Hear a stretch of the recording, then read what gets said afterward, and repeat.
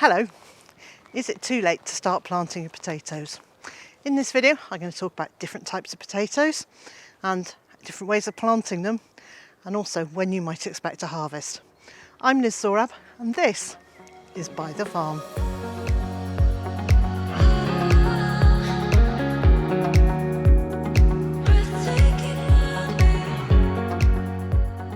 One of the really useful things you can do is to understand what sort of seed potatoes you've got. Now in the UK, you can usually buy your seed potatoes as first earlies, second earlies or main crop. And elsewhere in the world, you're going to be looking at determinate and indeterminate potatoes. First earlies and second earlies are determinate potatoes, whereas indeterminate potatoes are what we call main crop. And what that means is, well, I'll show you with this potato.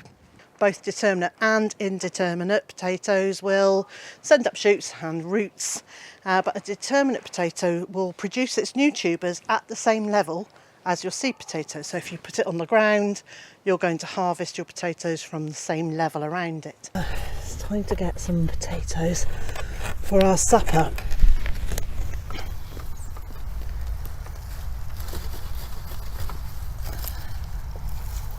Oh, these look pretty good.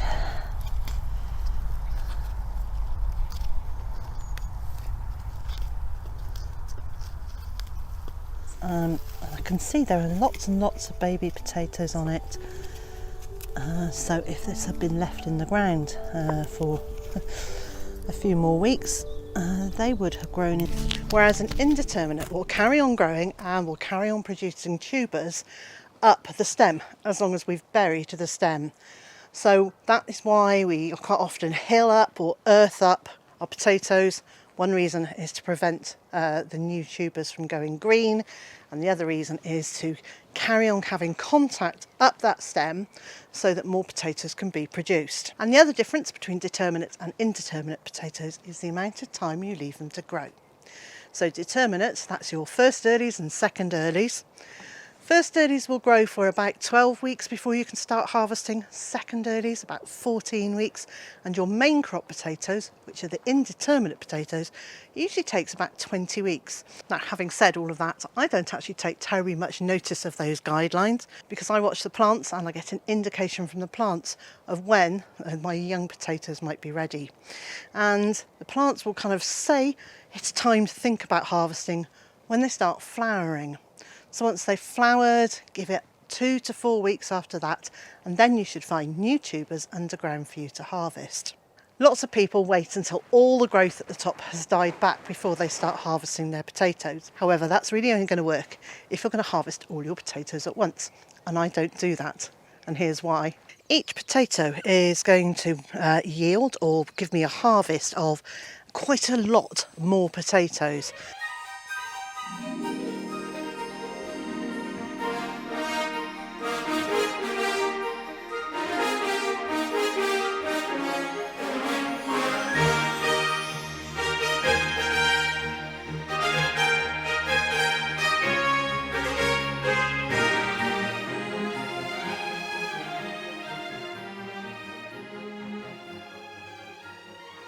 And there's only 2 of us in our household, and we can't eat that many potatoes at a time.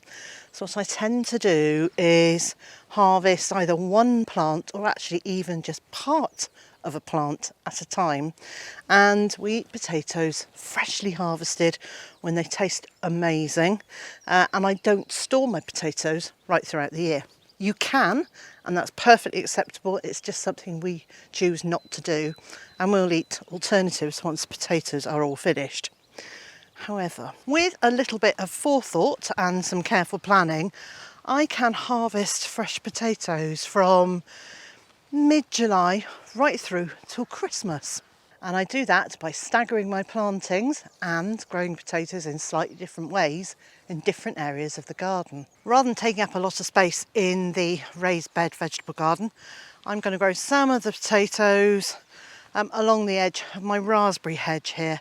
So I'm going to do this in a no-dig, absolutely lazy girl's way of planting these. And I'm just going to place them straight onto the ground. Make sure that they're in contact with the ground, not just on top of the grass. And then I'm going to cover them over with used animal bedding or hay. You can also use grass clippings, just need to let them dry out a little bit before you put them on, and don't put on a really thick layer any one time. So if you're mowing your lawn weekly, adding some of the grass clippings each week is brilliant, and then you kind of build up your layer like that. I'm actually going to use some hay with sheep droppings on it that we've taken out of the barn, and use that across here. In this bed, I've planted 2 rows of potatoes. On that side, it's a second early and the variety is Maris Pear. And on this side, it's a first early and the variety is Rocket. And I've just placed them onto the soil and then pulled some of it up around them to cover them. And over the next few weeks, I will add some more compost in here and some grass clippings, partly because that will help exclude the light from any tubers that form, but also because I want to be feeding the soil really well, because potatoes are hungry plants. And what that means is they use a lot of nutrients to grow, because they're growing really rapidly and they're producing these tubers, and that takes a lot of energy, and for that they need a lot of nutrients. Once again this year I'm creating a potato trial, and so in bed 2 I've put in 2 different types of potatoes, and then half of the potatoes I have sprayed with a thing called Rutilizer potato mist. Now I was sent this by the manufacturer and at Home and Garden, and apparently it will increase yields by up to about 60%. So they've been doing various different trials together with a very large supermarket and a whole load of farmers, and the results were they got a much better yield. So it's now available to home growers. They've asked me if I'd like to try it out. Yes, I want to try it. So half of the Rocket and half of the Maris Pear potatoes have got this Rutilizer potato mist on them, and the other half don't.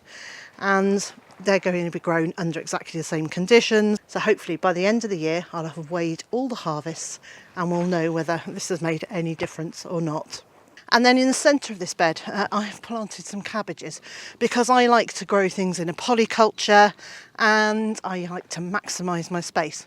So there's netting over this bed, not for the potatoes but for the brassicas in the middle, because I want to stop cabbage white butterfly and cabbage moth accessing those plants. And in about 12 weeks time I'll start harvesting the Rocket, which was the first early, and in 14, maybe 16 weeks time I will start harvesting the Maris Pear, which are the second earlies.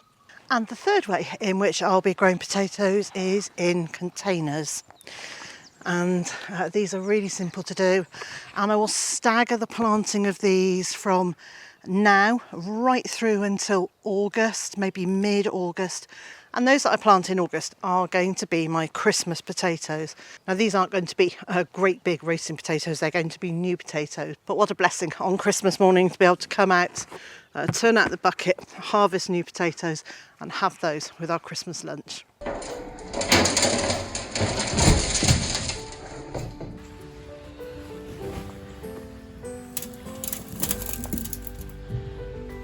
Oh, well, there are 1 or 2 pretty big ones and lots of medium to small potatoes. This is fantastic. Now I'm not the most organised of people and I need to write down when I've sown seeds or transplanted everything.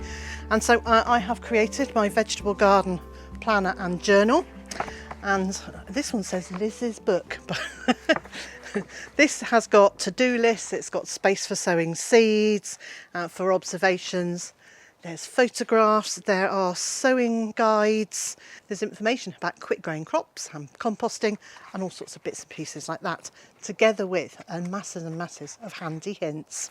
It's available from my website, bytherfarm.com, and also on Amazon. If you live in a very cool, damp area, you may well find that your potatoes get hit by blight. Blight is a fungal disease, it's carried in the air, and it happens when certain conditions are met about humidity and changes in temperature.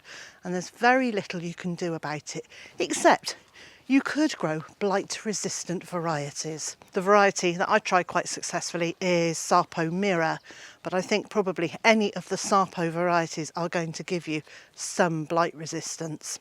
And so, in answer to the question, is it too late to start planting potatoes? No, absolutely not. And in fact, I think now that the soil is starting to warm a little, the potatoes will grow away much faster and they'll catch up and possibly even overtake those that might have been sown when the ground was really cold. Now, a few years ago, I did an experiment, a home trial, to see which of the mulches I had available might be best for growing potatoes in, or growing potatoes under. And so I carried out this experiment over a summer, and my results, including a taste test, are available in a video. So I'll leave a link to that in the video description and also on screen, and if you click on that link it'll take you straight through and you can find out the results of my very unscientific potato mulch trial.